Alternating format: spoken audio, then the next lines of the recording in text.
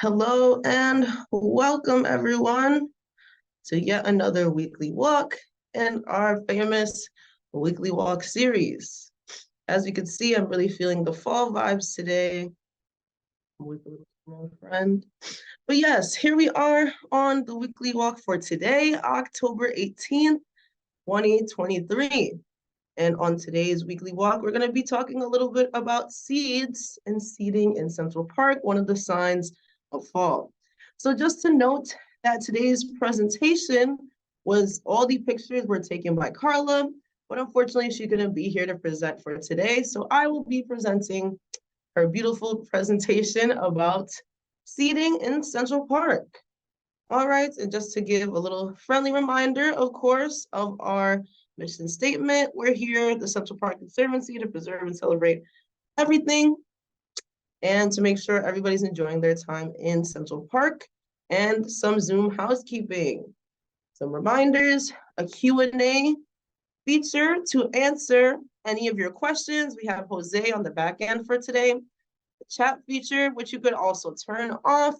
If you click the little arrow on the side, you will no longer see the chat, right? And then we have our CC Live transcript, which you can also turn off with that little arrow that's right on the side, right there. And with that, let us get into it. So today, our walk is going to be at the north end of the park, a place that's pretty near and dear to my heart, since I grew up in that area. And we are entering around East 98/East 99th Street. And we are gonna make our way across East Meadow and East Drive. All right, so here we are entering the park at 99th Street. And we've got a nice beautiful day in which we took these photos. And we're getting another beautiful expanse of green in this East Meadow lawn. I highly recommend to check it out. Definitely a huge relief from the pressures of city life. I know Olmsted and Vox would definitely be proud of the East Meadow if they saw it today. And we see a lot of folks taking advantage of this beautiful weather and this beautiful lawn. Seems like there's a field trip of some sorts with kids observing the very early signs of fall foliage. I can definitely relate to that because I have had many a field trip in that same exact lawn.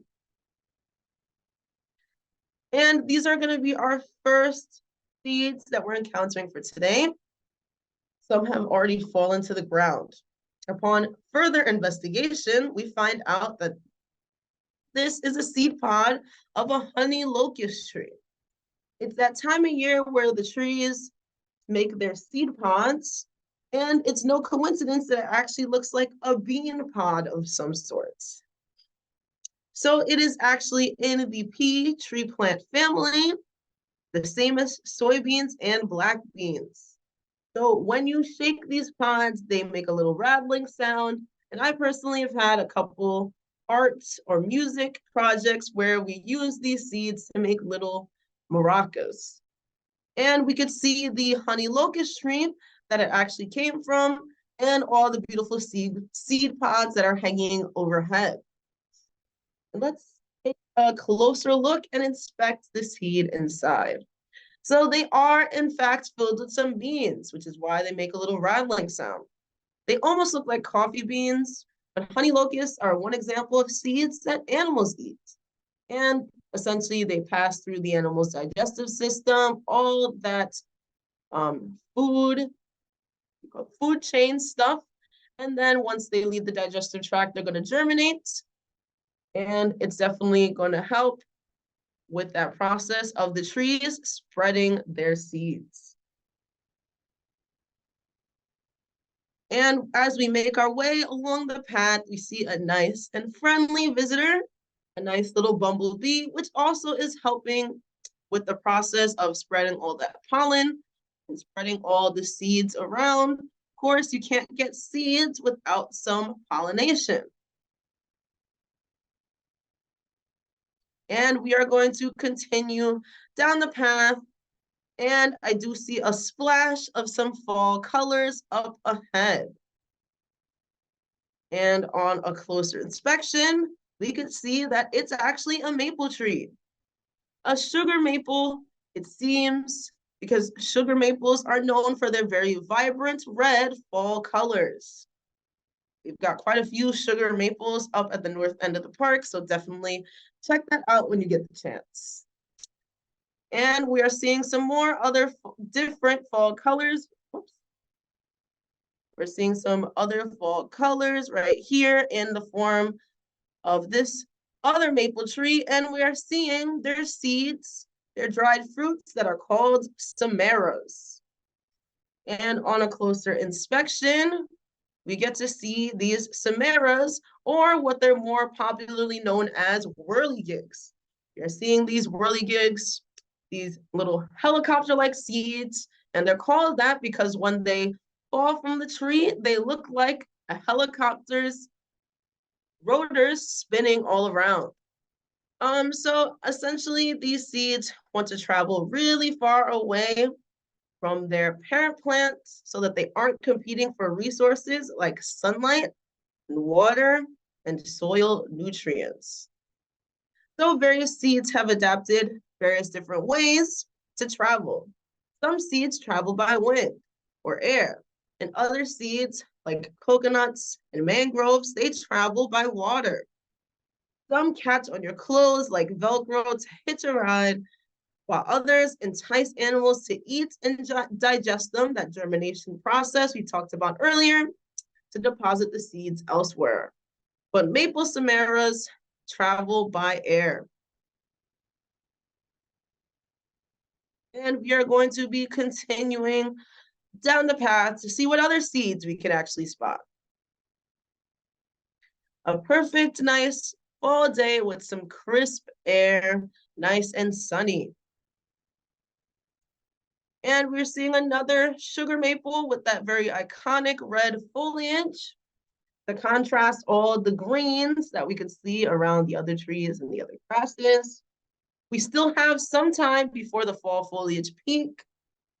So definitely join us here at the Conservancy to see some fall foliage colors on our various foliage tours. But if you want to keep track of this at home, there is a fall foliage tracker in case you guys would want to keep track of it at home. And a link will be posted at the end for the fall foliage tracker. All right, so many trees form their seeds in the fall, but not all of them. So I noticed that these London planes had seed balls that none of the London planes had their seed balls yet. But it should happen a little bit later in the fall. And let's just go ahead and cross the East Drive right now. And it looks like we have some interesting trees on my left over here. And on closer inspection, you can definitely see that these are oak trees, none other than turkey oak trees. And they are producing this right here, this little nut acorn. So one way to tell that this is a turkey oak tree is by the leaves. The round edges of these leaves can be a little hint that this is a turkey oak tree. But another way is by the fruit of the tree that we're actually looking at right now, aka the acorn. So turkey acorns have these cool little spiky hats. If you've been noticing the squirrels and blue jays very active lately, it's because they're starting to collect and hide these acorns. Did you know that blue jays also do this, in addition to the squirrels? And since blue jays can actually fly, they can carry the acorns much farther away than the squirrels ever could. And acorns are a very important food source for many of the animals that call Central Park home. And they are also high in tannins that can be toxic to cattle and also mildly toxic to humans. But acorns can be consumed by humans as long as they're processed in a way that removes some of the tannins, such as soaking and roasting. But just a little reminder that we are not allowed to take anything outside of our New York City parks, right? And we are going to be continuing our journey today, looking at these beautiful blue skies. And it seems that I heard some blue jays while also on this walk. And we are going to make our way along the bridle path right now to see what else we can find. And I noticed over to my right or across the drive is going to be this hill over here along with these sugar maples. And essentially, that on top of that hill is going to be the mount. If you want to know more about the mount, Jose actually did a great weekly walk about it last December. And just to remind us, we do have a YouTube page where we post all of our weekly walks if you are interested. So speaking of compost and seeds, the mount is going to be Central Park Conservancy's composting project where we use the compost all around the park. So if you've ever wondered why a bunch of seeds don't sprout actually from compost, it's essentially because if the pile is large enough, it's going to develop a lot of heat, which does end up killing the seeds and making them not able to produce their plants, as long as it's managed well. So it'll kill off any pathogens for the seeds. And while we're looking at the direction, definitely we're taking in the mounts as well as these nice fall colors, again, from the sugar maples. And we are going to continue on our journey for today. And just ahead, we're going to go to one of our wildflower gardens. Let's take a closer look. I did find an interesting seed as I was heading to the wildflower garden, a nice spiky seed that was among all these different flowers. So these if these spiky spears look familiar, that's because you might recognize it from the orange spiky centers of these varieties of cone flowers. Okay, so these are some of our cone flowers in a wildflower meadow. Pictured here, we could see the purple cone flower, also known as echinacea. All right, echinacea. That's the scientific name that comes from the Greek echinos, which means hedgehog. And that's referring to the spiky nature of the flower's center and also the seeds that they actually come from. And on closer inspection, if you were wondering where are the seeds, these are the seeds. All those little spikes on the echinacea seed, these are going to be very similar for many different types of wildflowers, cone flowers, and perennials. So they come back year after year, and they also have a tendency to self-seed or drop lots of seeds wherever that they end up growing. All this means that we have lots and lots of wildflowers that come back every year in spring to our well-established wildflower meadow without any additional planting. But birds will also feed on these type of seeds in the fall as well. And as we are continuing our journey in the wildflower meadow, we find another very interesting seed.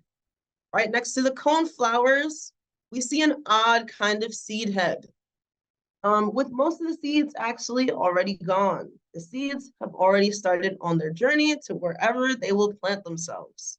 What we see here are the remaining seeds in a milkweed flower. We have many different types of milkweed growing around the park for various different reasons, very beneficial to different types of wildlife. But here we have a much better picture that we got on Widen. And essentially, this is going to be the milkweed flower when they are first blooming.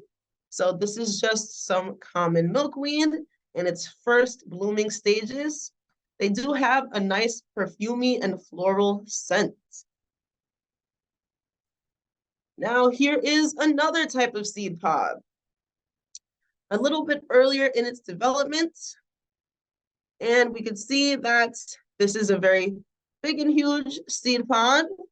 Hold on, this one right here. So if we open it, what's going to come out is actually pretty toxic to many different types of creatures, but not toxic to this little creature that is right below on the milkweed's leaves. So that little orange and black insect that we see right there, that's a milkweed bug. So this is going to be its natural home and its natural habitat. It's orange and black, just like monarch butterflies, who also depend on milkweed in their caterpillar stages. So the caterpillars feed on the milkweed of this plant in order to get big and strong and form cocoons so they could ultimately get into their metamorphosis and get into that butterfly stage. And many different butterflies like to come and visit these flowers, of course, even in their monarch butterfly stage. And we have little bugs like the milkweed bug, who also enjoy chomping down and eating on some delicious milkweed. All right, and here is yet another milkweed flower that you could find in the park in some of our wildflower meadows and our natural native meadows. Like, for example, you could find it at some of the park entrances, because milkweed is considered a weed, but it is very important to many different species, as I was stating earlier. So you can find it at a park entrance like Doris Friedman Plaza or at East 79th Street. And you could also find lots of milkweed at the Dean Slope. That's going to be our native meadow where we have lots of different native plants that many different types of wildlife actually depend on these native plants to be able to just survive. Even though they're not as pretty as some of our other different types of flowers and ornamental plantings, milkweed is still very important to many different species and the natural habitat / environment throughout Central Park and throughout much of New York State, actually. But if we open up this milkweed pod, we can see the seeds when they're a little bit more developed and when they're basically ready to start their journey and go and self-seed somewhere else. There's lots of different seeds that are actually tucked inside with their own little parachute of sorts. You can see these white, stringy type flowers, making it very easy for these seeds to catch the wind and travel by air, far enough away to self-seed somewhere else away from that parent plant that the seed might have actually came from. And now we are going to travel a little bit more down the path, getting some more glimpses of fall foliage. And we are being provided home shade from these nice trees over here. And on further inspection, I noticed that these trees are none other than the ginkgo trees. So ginkgo trees are very common. You can find them all around Manhattan and the New York City area. And it's a female ginkgo. You can see by the fruits that are actually hanging from the tree. So eventually ginkgo trees will turn into a gorgeous shade of yellow for their fall foliage colors. But another earlier sign of fall is the appearance of the ginkgo fruits. These are pretty unique in the world, as they're some of the oldest type of plants and seeds, evolutionarily speaking, a pretty ancient plant, the ginkgo trees. Technically, they aren't fruits also, they're ovules.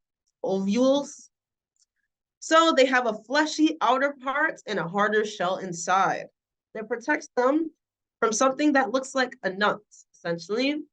And these trees evolved before there were fruit trees. So that's a little fun fact right there. And upon closer inspection, this is what this little ginkgo ovule or a stinko ginkgo actually looks like. And they have the nickname stinko ginkgo because once they fall to the ground, they do create a overwhelming smell that is not very pleasing, that some people describe as old cheese smell. And so if you see a bunch of these types of ovules on the streets of New York City while smelling a very unpleasant smell that smells like cheese, most likely that's going to be a ginkgo ovule. So they're around the city, and They also, ginkgos are very traditional in different types of Chinese medicine and other types of practices, maybe even some teas as well. Apparently, the ginkgo ovules are supposed to benefit things like memory and blood circulation. But make sure if you are going to collect these seeds, again, not in any of our New York City parks, because you are not allowed to take any natural item away from a New York City park. So if you're going to collect these seeds somewhere else, be careful, make sure you wear some gloves because they can cause skin irritation. And remember that you are technically, you cannot carry any of these seeds or any type of natural materials outside of any New York City park. That's not just this. So be careful if you do attempt to get any ginkgo seeds from somewhere else, but they do apparently have some very nice health benefits. All right, so we're going to carry on as we are enjoying the last couple glimpses we have of some beautiful foliage, but let's take a look at these plantings right up above the hill. We can see another huge ginkgo tree that's towering up above all these other trees and up above all these patches of wildflowers. And as I'm continuing on my journey, even though it couldn't be captured with the camera, just know that there are lots of birds going around this area because there are lots of insects flying and hopping all around. But just know that there are a bunch of birds enjoying some of the seeds, some of the insects that these flowers provide. And another little glimpse at some of our wildflowers. Somewhere in this bunch of wildflowers here, there is a tiny kinglet enjoying a nice meal. And as we are continuing to travel through the wildflower meadow, if you've ever wondered why the Conservancy doesn't trim down any of the wildflower patches until right before spring, that's because, again, they're providing such an important habitat to so many different creatures and food sources to birds and insects. But also, even after the flowers have finished, the seed heads are pretty interesting themselves. We've seen a lot of examples of some seeds today, but this is going to be a very tall wildflower, and I believe that this is ironweed. But it's very essential that the Conservancy doesn't really tamper too much with these different parts of the environment unless extremely necessary. That's why we do all of our trimming right before the spring, so we can have some new growth. And also supporting the insects and the wildlife are these trees here. Evergreens like pine won't provide that nice fall foliage colors, but it will be a nice place for birds and squirrels to take refuge and maybe have a nice little nap, set up their nests, and etc. Through those dense needles, through that persist through the winter. And since we're talking about seeds today, let's take a look at the seeds of this pine. Well, we can't really because they're protected inside of these pine cones, of course. But pine cones, again, they're not really fruits, like an apple with a flesh that protects its seed. It's not like the acorns that we saw earlier, and it's not like the maple samaras that have dry fruits that hold and protect their seeds. Pine trees are technically gymnosperms, meaning a naked seed. So gymnosperm means naked seed. And eventually these pine cones will mature and they're gonna look a little bit more like this. So we're seeing a picture of the fully open pine cone. These are female structures of the tree, and the seeds are attached to these flat little wings right here that are tucked in between the scales of the pine cone. And as the pine cone matures, it can be more easily for the seeds to fall out of the pine cone and to germinate. And how do pine seeds travel? We ask. The tiny seeds can sometimes spread through wind, and the entire cone itself will drop and eventually fall from the tree. And animals can also eat these seeds. So through wind or through germination, that's how pine cones are gonna spread their seed. And speaking of animals, right above my head, we're seeing a friendly neighborhood squirrel, exemplifying how much they appreciate these seeds. Seems like it's having a nice little opportune snack, and all of the different seeds that are created by trees in the park. So the squirrel is taking a break from the usual acorn lunch that's accustomed to feed on some pine seeds. Got to switch it up a little bit. Or to get a nice view of where the next acorn that he could find, or a next acorn that he could actually bury. So we learned so much about seeds today, right? So we know that we do not need to feed any of our wildlife because they have everything they need. And in a branch right over, we are seeing a nice little blue jay right there, also enjoying some nice pine cone seeds, indeed. All right, and as I started to walk away, I noticed there was a bunch of little round black items underneath my feet. And surely they're a type of seed, right? And upon closer inspection, they certainly seem to be seeds, but what kind?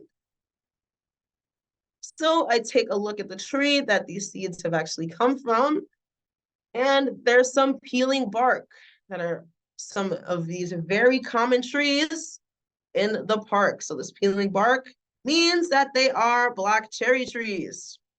These are absolutely spread by animals, which is why we have so many in the park. Black cherries are going to be some of the most common trees that we have in the park.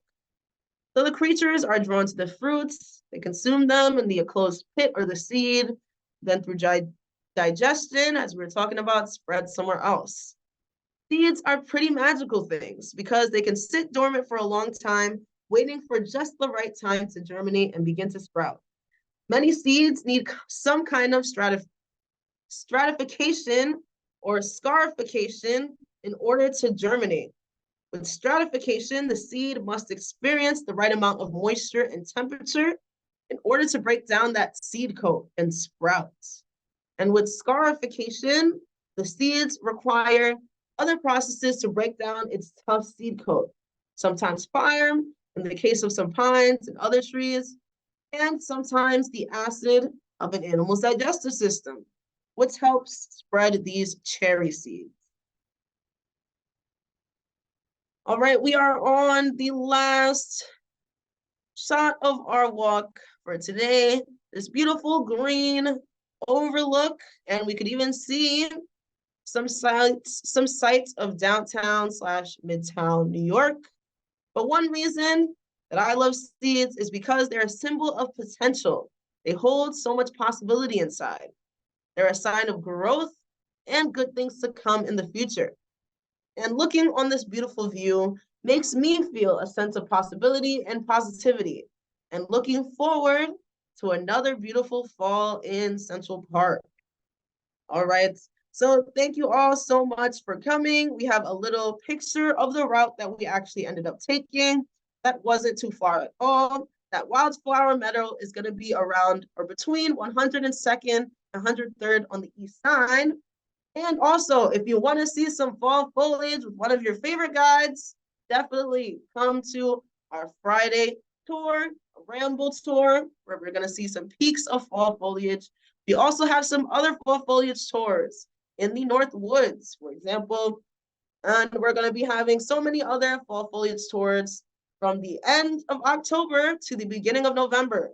So make sure you are on our newsletter to find out about all of these specialty tours that we're going to be giving to help you enjoy some fall foliage outside. So thank you guys once again so much for continuing to support the Conservancy. We always appreciate your support, and I definitely hope to see you soon. I'm going to be seeing y'all next week, actually, where we're going to be viewing some pictures of fall foliage from the lake. So bye-bye for now, and I will see you very soon.